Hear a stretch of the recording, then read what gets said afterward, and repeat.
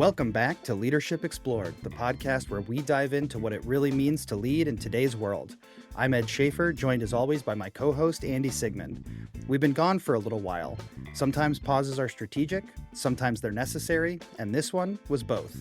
We realized that after 14 episodes of talking about sustainable leadership, we needed to practice it. We needed to stop, breathe, and recalibrate. But now we're back.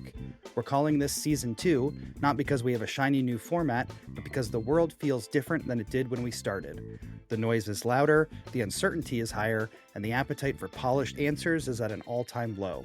So today, we're just catching up. We're going to talk about what we're seeing in the market, why everyone feels stuck in a wait-and-see mode, and what we're planning to explore in this next chapter.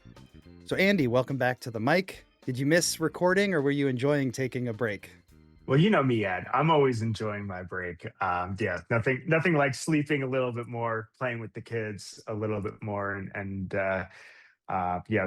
getting back to the things that make all of this worth doing. But no, I'm raring to go and excited to be back. How about you?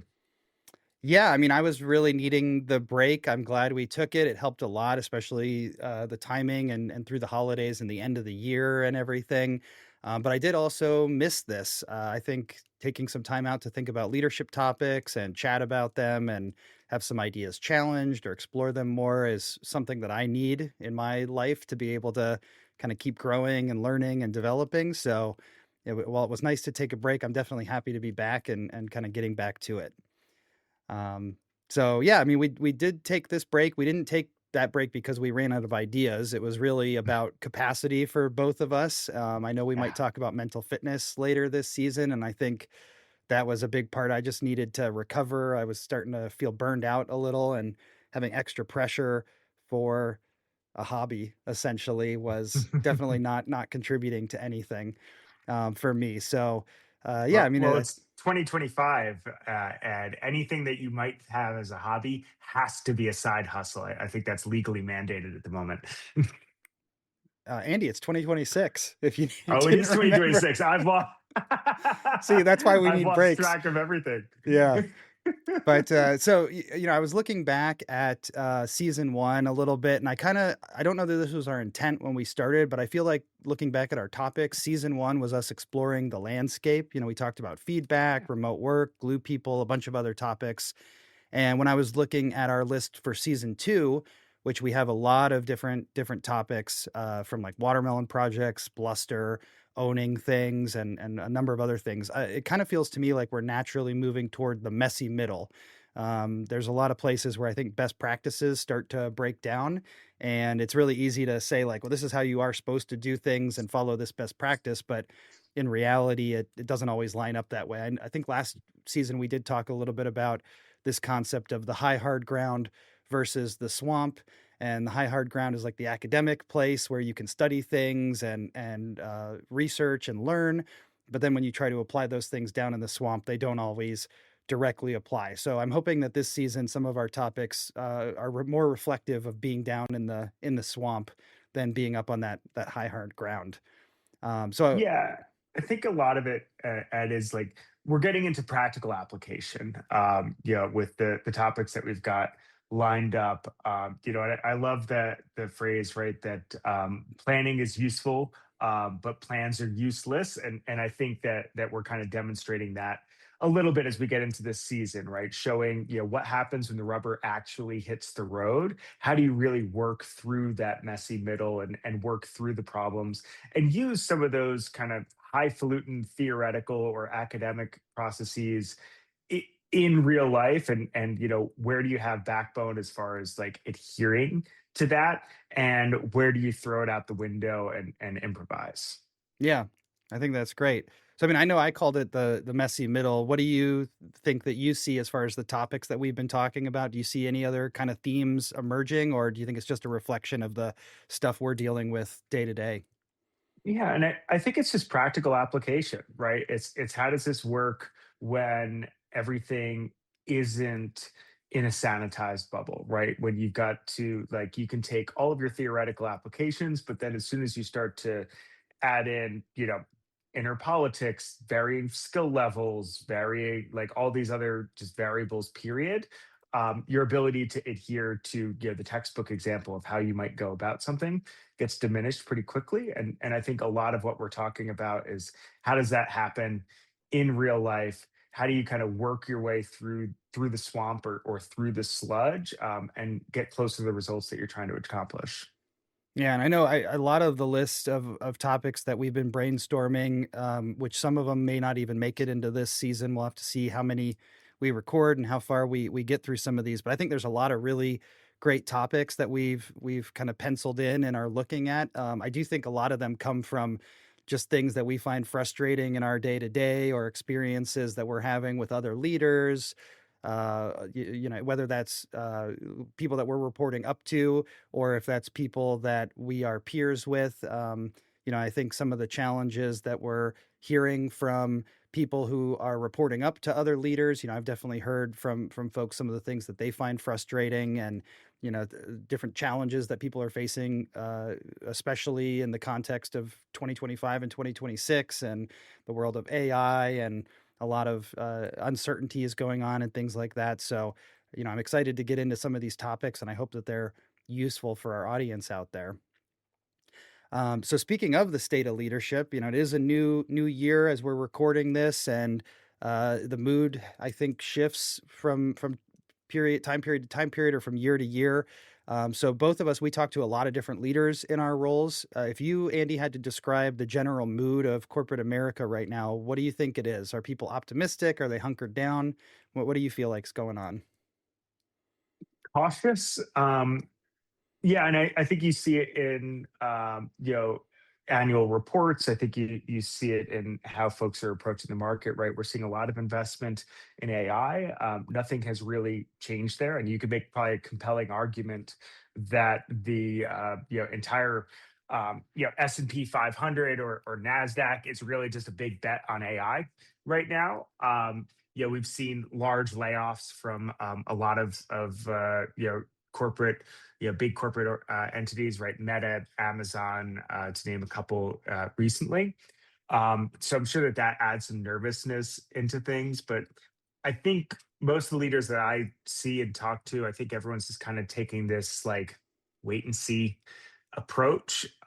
There's a lot of volatility, both in the marketplace, but also geopolitically going on. Right, relationships between the U.S. and China are increasingly strained. There's all sorts of wonkiness about tariffs, and a whole bunch of other variables that you really just can't fully capitalize. And I know this isn't a political podcast, so we won't get too deep into into the weeds on our opinions on either of those things. But yeah, I would say what I'm seeing broadly is just cautiousness, and waiting to see what's coming around the corner, what's going to happen next. Yeah, and I think you also see that kind of trickling down to the IC level too. I think you're seeing fewer people moving voluntarily. Right, I think the data supports that. So it's going to be an interesting stretch here. Yeah, I mean, I definitely agree. I think there's a lot of wait and see, and in some ways almost paralysis in decision making. I definitely agree. I think the political climate and economic forecast, there's just so much uncertainty and so much volatility. And I think the thing that we need to be keep top of mind or keep in the forefront of our view is that businesses crave predictability. Organizations do, leaders do, decision makers, individuals do. When things are uncertain or as volatile as they have been, then it can be hard to know if you're making the right decision or if you even should make a decision. Things can backfire more quickly than you might expect, and it could be harder to recover from certain decisions when things are so uh, when there is so much instability and just volatility in the market. And I think when that happens, it causes a lot of people to freeze. Why would I, as a leader, want to commit to a 3-year plan if I don't even know what 3 months from now is going to look like? And, Mhm. um, I think AI is an example of that. I don't know exactly where we are on the hype curve for AI right now. I think it probably varies depending on the individuals, but I think there was a lot of hype for AI up front, and everyone thought they were going to get great returns and cost savings and all of this stuff. And I think the reality of AI, both between where it actually is in terms of its strengths and its development, but then also the amount of work that it actually takes to make it useful, and not have hallucinations and things like that. Is People are realizing it's more squeezed than they were thinking it was. So Yeah. I think there's a lot of kind of wait and see around that. Um, what else? Anything else that you think is out there right now? Um, I mean, other than that, I think you're just seeing a wide variance in like leadership styles and what's socially acceptable. Especially in North America, right? Yeah, it's been probably a turbulent decade, if you will, from a leadership perspective, as far as like what examples are out there, what various leaders are doing or are not doing. And I think that that just adds some interesting context and color to what we're seeing, right? We're seeing a lot more brashness on one side, but we're also seeing some conservatism and some kind of quiet competence happening as well. And I think it's going to be really interesting over the coming years to see who wins the battle for the soul of North American leadership styles coming out. Yeah. I think a couple other things that I'm seeing, I do think that there's a lot of erosion of trust, probably over the last year. It's been kind of moving that direction. I think AI probably isn't helping, but also I think one of the biggest things is there's been a lot of companies saying these are our highest profits ever, and then a week later, well, by the way, we also have to do layoffs because we can't afford our people. So I think there's a big gap between all of these, like, everything is great announcements, that are, I think, maybe more market driven than anything, and then the Mhm. reality is I think there's a lot of do more with less, that's happening Mhm. inside of organizations, and I think that I don't know if it's fully destroyed trust or not, but I do think that it is eroding the trust that people have in large organizations and leadership. And I think to that end, that the impression that I'm getting is that there is a lot of people out there who are starving for leaders who have the courage to be vulnerable, and to say things like, "I don't know the answer, but we'll figure it out," or "There's no way to know exactly how things are going to pan out, but here's what we're doing to try to mitigate that uncertainty or move forward." And I think there's a lot of uh, yeah, I guess you called it brashness, and I would almost call it overconfidence, or maybe it's just marketing messaging where people are out there saying big things to get attention and get headlines, but the reality behind it isn't there. And some people believe it when they hear it, but then over time, when you see that, like, the thing that was promised isn't delivered, or the outcomes that we're supposed to get from the changes aren't happening, or people are losing their jobs, I think that it just kind of erodes that trust, and more people want to not be gaslit. Basically, they want people to be real and communicate in a real way that's not just corporate speak. Yeah. Yeah. I totally agree. So that's, our podcast. I was thinking about why we're doing this and what benefit it has for our listeners, especially the way the world is right now. And I think one of the things I was thinking about was our intent is not to be a lecture series. I guess I would almost call this a sanity check. So if you're out there and you're feeling like, man, something just doesn't feel right, or I'm not understanding something, or the way my boss is communicating doesn't make sense, and maybe you listen to one of our podcasts and you hear a topic and you realize, oh, okay, that's why it feels rough, or why it feels off to me, because something is off. I just couldn't put my finger on it. So I'm hopeful that Or some of the topics we talk about help people realize where things feel off to them. Yeah, and also, as we dive into some of these topics, Ed, I think it's helpful to see like, oh, my organization isn't the only place that this is happening, right? I think oftentimes, especially when we've been somewhere for a while, you start to get a little bit of like, oh, the grass is greener on the other side of the fence, right? I think we had talked about that as far as like developmental maturity with an organization that we had worked at previously, whereas like coming in, you're like, oh, it's so sleek and sexy. And then as soon as you got under the hood, you're like, oh, yeah, it's same stuff, different day. So I'm hoping that, yeah, throughout the course of this season, we'll be able to share a lot of anecdotes and observations that will help you realize, like, oh, the thing that's happening in your place of business is kind of happening everywhere, right? Like this is just, a quirk of the business or of organizations, period. So you've got to kind of learn how to navigate that giant hairball rather than wish it out of existence. Because I find a lot of folks, especially folks who like change jobs often and whatnot, the lesson that they're failing to learn in those job changes is that like these are just immutable parts of like working at a large organization, and you're going to have some of these headwinds, and your job is to figure out how to work within them or work around them. And wishing that they don't exist, you're just going to go somewhere else and encounter the same problem, and you're going to rinse and repeat. And hope you enjoy living that Sisyphean life. Yeah. No, I think that's a great call out because I know, um, pre-pandemic, I know pandemic kind of changed things, but going to a meetup, like a local agile meetup or a leadership meetup or whatever, gave a lot of opportunities to talk to other folks and realize that they were dealing with almost the exact same problems that I was dealing with in my day job. And I think it did help to see those patterns, that go across organizations and across leaders and are just really common. And like you said, when you're deep in it, like it doesn't feel like it's a pattern. It feels like it's a problem that's unique to you and your context and your domain. But as soon as you hear other people are having the same thing, it may not help you solve it necessarily. Hopefully, it does. But at the very least, it can help you to deal with it and accept like this is out of my control or out of my influence, even. So other people Yeah. are facing it. If they can deal with it, I can deal with it too. Yeah, and I think part two, Ed, is like we like to focus on problems, and I think a lot of things, if you go on LinkedIn or like you look through the reels, or a lot of podcasts, broadly speaking, end up being hooray for us highlight reels, right? Which becomes the opposite of like practical application, right? And it could be you're like, oh man, it seems like everything is going fine everywhere else except where I'm at.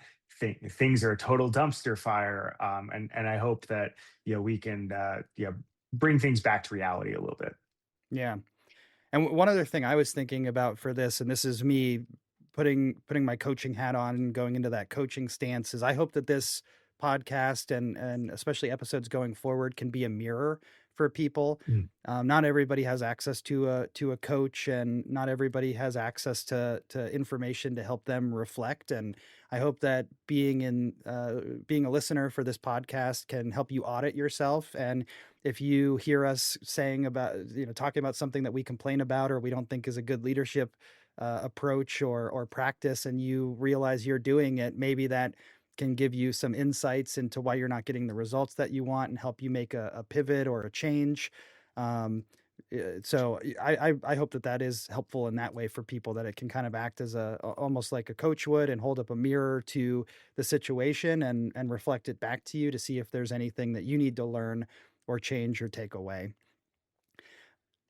So I guess thinking about the topics that we have been brainstorming, and I know we don't have a fully committed list yet as we're still making some decisions, but are there any topics that you're most interested or maybe most nervous to dig into? Yeah, so I'm actually looking at the list. So I've got the cheat sheet in front of me, Ed.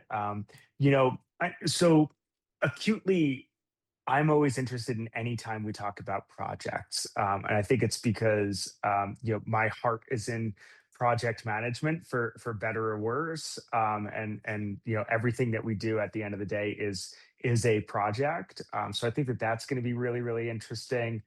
I'm also, we've got one on there. Leadership is teaching. As somebody who really frequently takes that stance, I think that's going to be really fun. I know we're talking about soft skills. We're talking about some mental fitness. All those things I think, are just going to be really fun to dive into, and pieces that I'm very much looking forward to. Yeah, yeah, I think there's some How really about good you? topics. I'm a couple that I mean, I think our list for this season, at least where we have it today, is great. There are a couple I'm thinking to myself, oh, I'm going to need to spend a little time just jotting down some notes and brainstorming to help get my own thoughts more clear. on this. But I'm definitely interested in talking more about projects start always starting red, which is something I've been thinking about for a long time.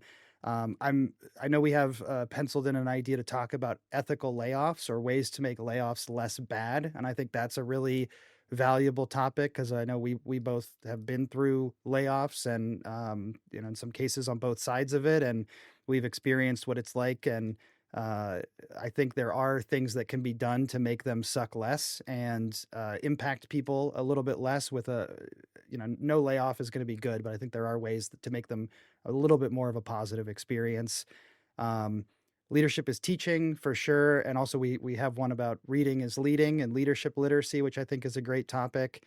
And then I'm also really interested. We were talking about the myth of the natural leader and the idea that leadership is learned and not born, and I think that'll be a really interesting topic to unpack.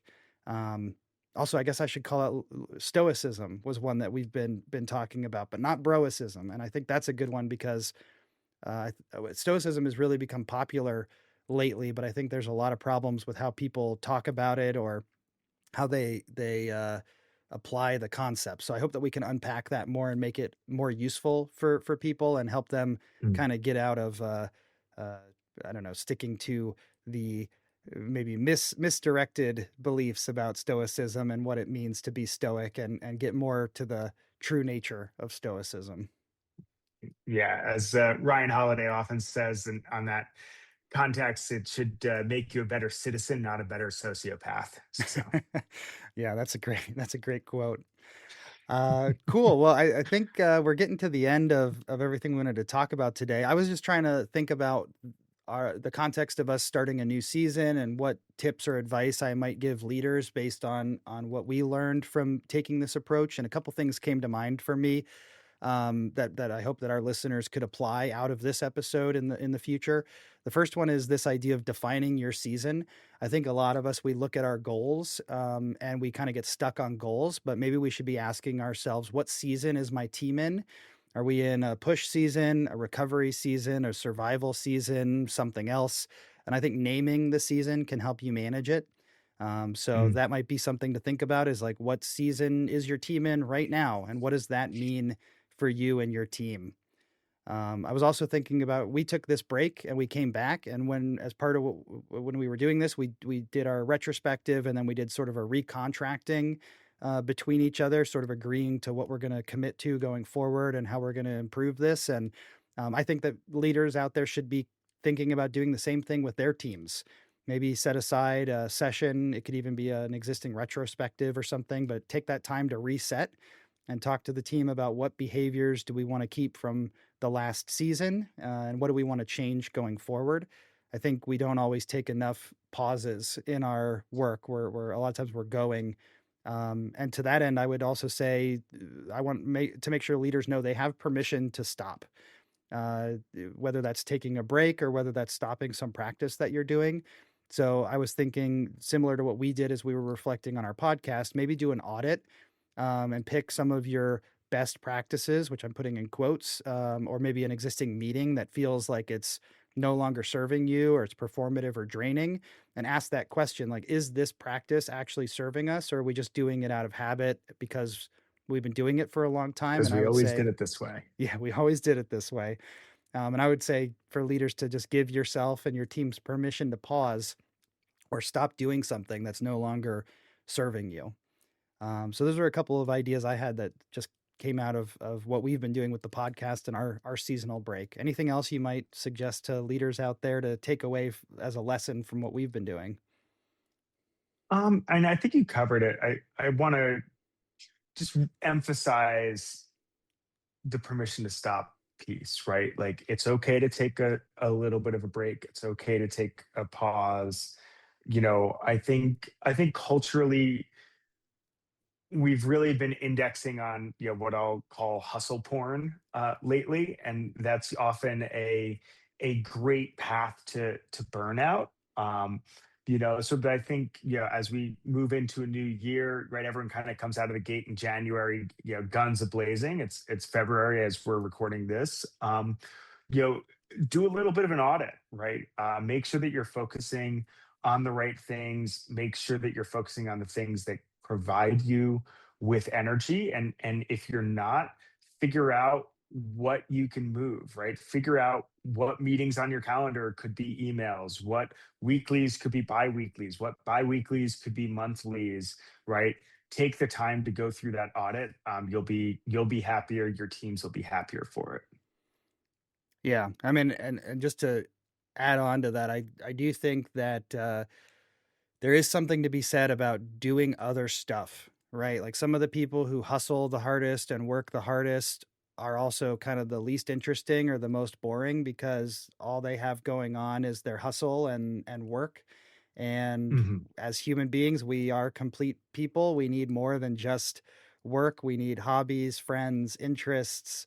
We need time outside. We need space to think and grow and time for our mind to relax. And a lot of times the best ideas that you might come up with are when you take some of the pressure off of yourself.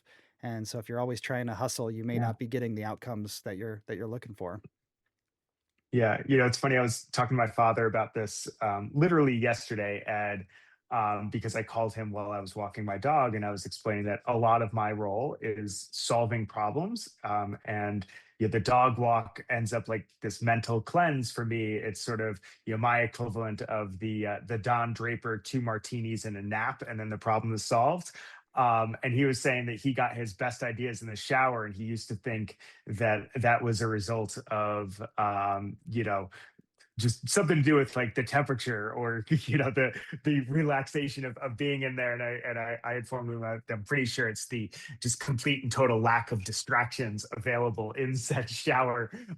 But it's important to do those things. It's important to also think about like what you are working towards or what you are building, because all of this is in service of a greater means, right? And that might be providing for your family. It might just be the thing that you really enjoy. It might be any myriad of different things, right? But I think it's worth investigating why you do what it is that you do, and what you're trying to accomplish on a macro scale, to just put everything in perspective. Yeah. And you just reminded me of a really cool journaling technique that I'll share with you and our audience now, and maybe it'll help somebody out there. And the technique is basically um, one day in the evening, write down a question that you're struggling with, and then Mm, go to bed. And then the next day, maybe in the morning or whatever, come back to that question and just start journaling whatever comes to mind as far as solutions or the answer, how you might deal with it. And by doing it the night before and sleeping on it, your brain naturally wants to answer those questions, and so it almost mhm. you're almost setting your brain up to think about processing that question and trying to come up with potential solutions and answers overnight. And that's, I think sometimes we all have gotten in a position where we're trying to figure something out and we're just staring at it for hours and banging our head against the wall. And sometimes the easiest thing to do is like write down what the problem is you're trying to solve and then just shelve it for a day or Yeah. two and then come back to it and give your brain enough time to process and come up with some potential ideas or solutions you wouldn't think of otherwise. Love it. Cool. Well, let's wrap up. It feels good to be back. If season one was us starting the conversation, season two is about going deeper into the nuance. We're going to explore the things that frustrate us, the things that confuse us, and hopefully the things that help get us better. So here's our challenge to you for this week. Look at your own leadership rhythm. Are you just grinding on autopilot, or is it time for you to declare a new season for your team and reset the expectations? We'd love to hear your thoughts. Email us at leadershipexplored@gmail.com or connect with us on LinkedIn. Thanks for exploring leadership with us today. We release new episodes every other Tuesday. Until next time, keep leading with purpose.